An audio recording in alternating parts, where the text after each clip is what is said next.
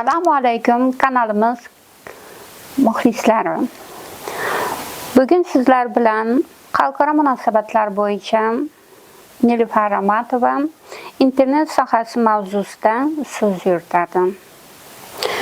Ko'rib turganingizdek, hozirgi vaqtda axborot xuruji va axborot urushi avj olayotgan bugungi kunda internet tarmog'idan foydalanish madaniyati yanada yuksaltirish.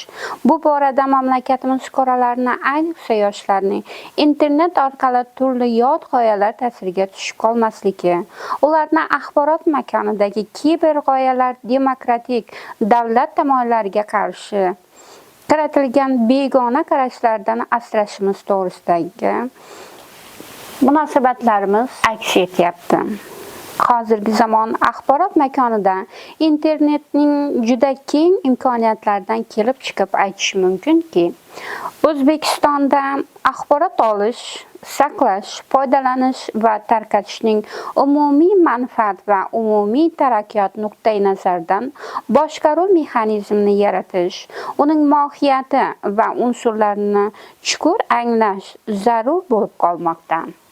Ana shu hayotiy ehtiyojdan kelib chiqib, axborot sohasidagi milliy xavfsizlikni ta'minlash tizimini yaratish alohida muhim ahamiyatga ega. Axborotlashtirish to'g'risidagi O'zbekiston Respublikasining qonuniga muvofiq,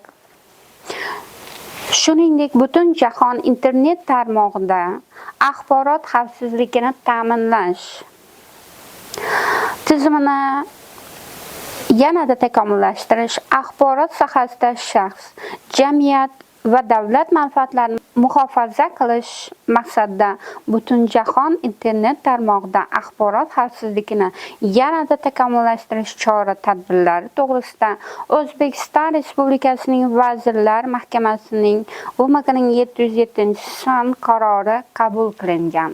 Shu yuzasidan biz internet siyosatini yo'lga qo'ydik. 2019-yilda men o'z fikrlarimni bildirganman.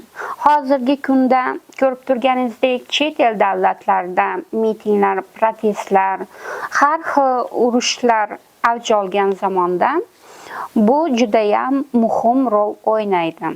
Kiber g'oyalar, internetdagi axloqsiz videolar va o'ylanmasdan aytilgan har bir so'z uchun qonun oldida jazo bor. Qonun hamma uchun bir. Shunga asosan biz internet siyosati mavzusidagi programmamizni sizlarning e'tiboringizga havola qilamiz. O'ylaymizki, internet siyosati mavzusidagi programmamiz sizlarga manzur bo'ladi va kommentariyda o'z fikrlaringizni yozib, like bosishni unutmang.